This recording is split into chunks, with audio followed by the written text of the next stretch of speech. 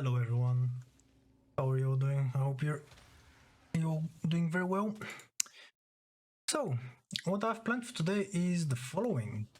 Now, before we start, I've been seeing a lot of you guys hop over to my Twitch channel and Discord, so I'd like to thank you for that, first and foremost. It's nice seeing the support so far. And I'll put my channel obviously because I can get a couple of messages that people can't find me, so I'll just put a small thing on the screen here for people to find me. And I have a Twitter, but I'm not really using it that much. I'll probably start using it as time goes on, yeah, like for notifications and when I'm going live, so stay tuned for that as well, I guess. Now, what we have for today is I'm going to be making like rotational guides for what you guys can expect next patch, basically, for all three specs, Demo, Aff, and Dash. I think I'll do them in that order because I'm fairly certain Dash will see the least amount of play in the raid. I might be wrong, we'll see.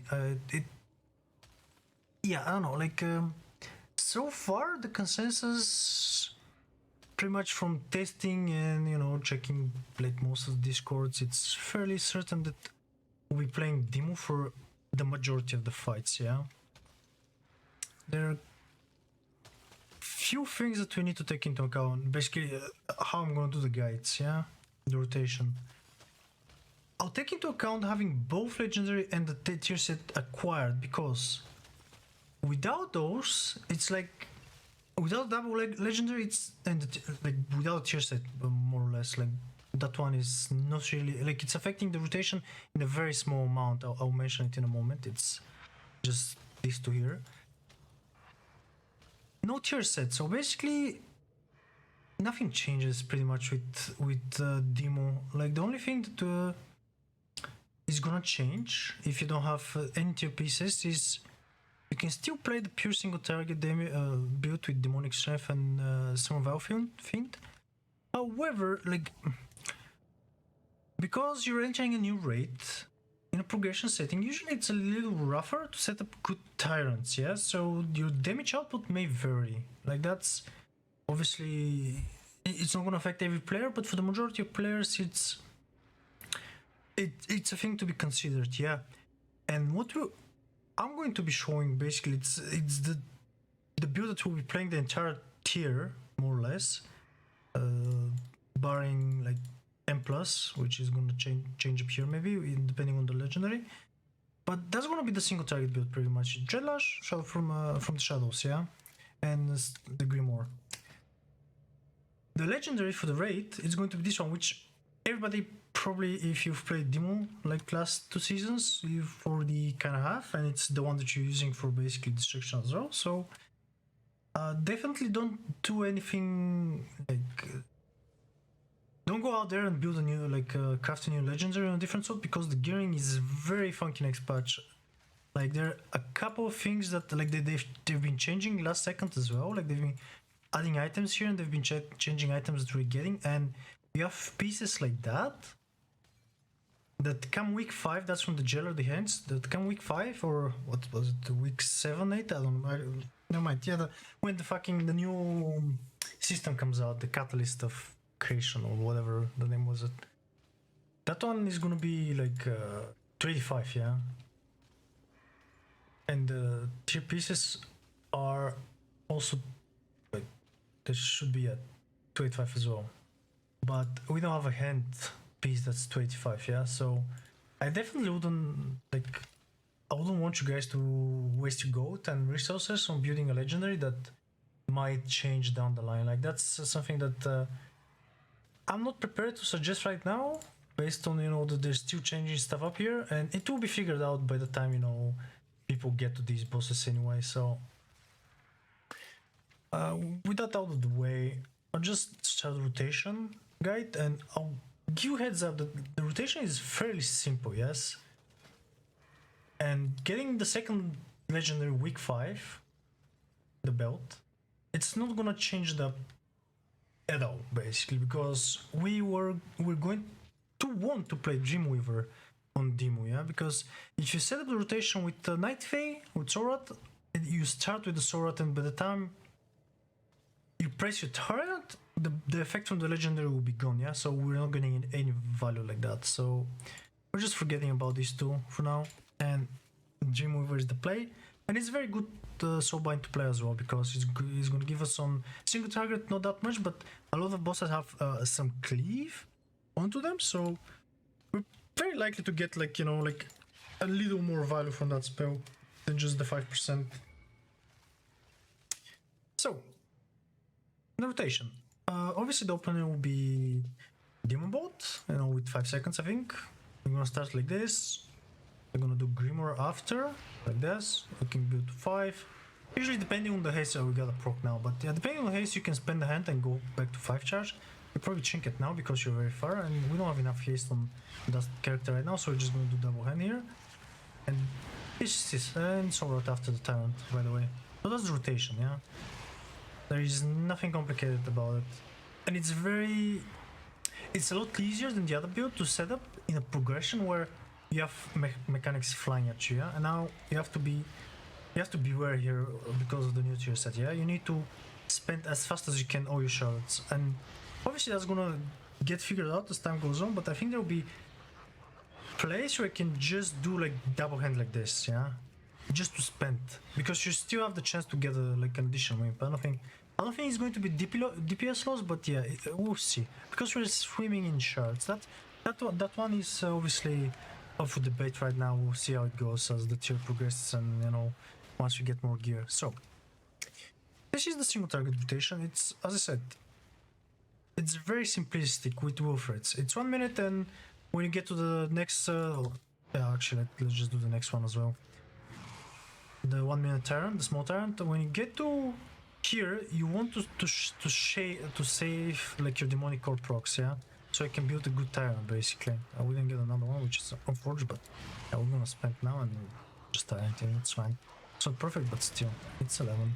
It could have been 13, 14, but it doesn't matter. What's gonna happen is you're gonna have like 2, 3 to 4 charges when you get to start the rotation, yeah. So that way you almost always guarantee that you're gonna have at the very minimum like 11 imps, yeah. And now you spend because you have the next one coming, yeah. I think this may be a play, I'm not sure. Like, I think in my head it might be a play. We'll see, because see, you still get the value from the, like, you get all the procs basically, and none are going to waste. Okay, that's single target with Wilfreds. Now it's a little more mythic plus focus build. However, it's still possible to see playing, I feel like, in the raid. I don't believe it, but just for the sake of it, and obviously I'll just do it on the dummy as a M+ rotation, but you can, you know, just keep in mind that this is also, you know, there is a chance that this may also be, where's my legendary? A single target build. Because I've tested in some of my other like previous videos, and it was doing very good damage in M+ on bosses. Obviously, there is the anima input from it, so I wouldn't recommend it. But if there is some cleave, I don't know, like that's a little hopeful thinking maybe. But that was the basic single target rotation that you have. What? Dude, where are my rings, man? Alright, I'll just put that one, whatever. We're gonna put this legendary. So anyway, now what I just showed you for the single target rotation, it's also viable in M+. It's very likely to be our best build, and it's a very good build in M+. And there is, although I don't believe it too, there is a chance that it could be played with this, but Wilfreds with the Grimoire is just a lot stronger, like 2-minute profile, so that one is going to be probably our best single target and Mythic Plus build, yeah, what we had with Wilfreds. Now, M+ rotation. Here's the unfortunate part about that build, I've mentioned it a couple of times. It's desyncing your toolkit a lot. It makes your Tyrant 90 seconds, Grimoire is 2 minutes, Sword is 1 minute. It makes it very awkward to use, so I've played around with this one quite a bit. It's close to Wilfreds, yeah, so depending on how the M plus, you know, dungeons progress and like what's required for the dungeons, whether it would be more single target or more AoE, that also depends on, you know, how other specs are gonna look next patch. But that's probably one of the, like, the second best probably build for M plus, and I'll just mention it briefly now. I'm not gonna show it. The Haunt Nightmare, it's one of my personal favorites that I've been playing a bit on PTR. I have a video on it as well. If you want to check, I'll put a link to it in the description below.